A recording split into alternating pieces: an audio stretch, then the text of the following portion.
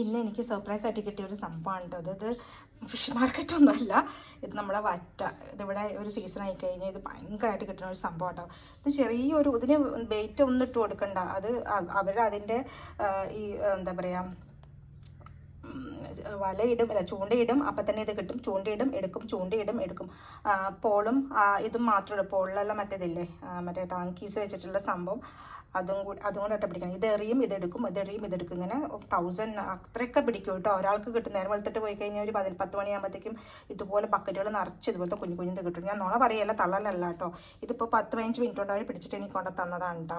അപ്പോൾ ഇത് ഞാൻ വിചാരിച്ചു ഈ കുഞ്ഞിത് കുറച്ച് ഉപ്പിട്ട് ഉണക്കിയപ്പോൾ ഭയങ്കര വേനലാണല്ലോ, അത് ഉപ്പിട്ട് ഉണക്കി എടുക്കാമെന്ന് കരുതി. ബാക്കി കുറച്ച് വറക്കാനും തിരുമ്മി പുരട്ടി വെച്ച് ബാക്കി വെക്കാമെന്നും കരുതി കേട്ടോ. തീ ചാന്ന് തുടങ്ങി. അതിന് മുമ്പ് എനിക്കിതിനെ ഒന്ന് കുത്തി വൃത്തിയാക്കണേ.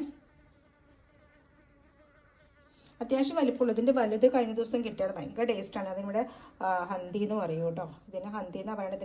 ഇതിനെയാണ് കുറക്കലി എന്ന് പറയുന്നത്. മാൽദീവ്സിൽ എല്ലാവർക്കും ഭയങ്കര ഫേവറേറ്റ് ആയിട്ടുള്ളൊരു മീനാണ് കേട്ടോ.